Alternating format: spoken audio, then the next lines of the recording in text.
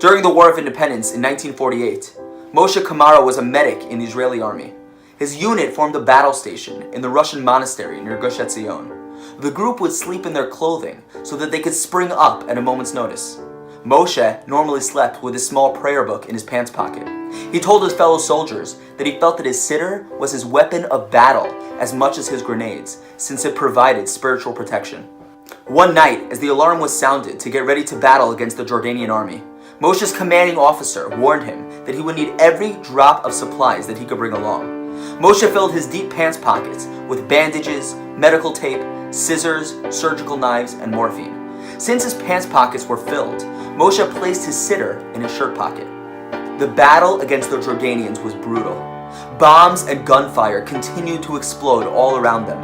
As Moshe's soldiers slowly crept closer to the enemy, Moshe was shot in the chest and fell to the ground. Several soldiers ran to his aid, hoping to save his life. But within a matter of seconds, Moshe sprang to his feet and continued to forge ahead.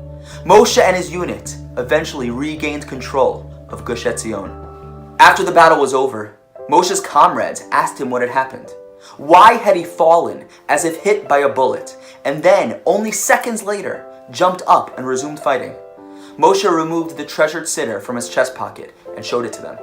The bullet had punctured the leather protective case and ripped through the wooden cover of the siddur, stopping halfway through the pages.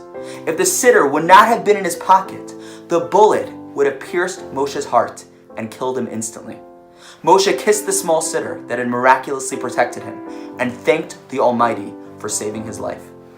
60 years later, as Uri Kamara, Moshe's son, continued to tell his father's story to his fellow congregants at the Or Yisrael Federation Synagogue in Elstree, England, one of the congregants asked Uri at which word in the siddur the bullet had stopped. Uri went home that night to check, and as he opened the siddur, he shuddered in amazement.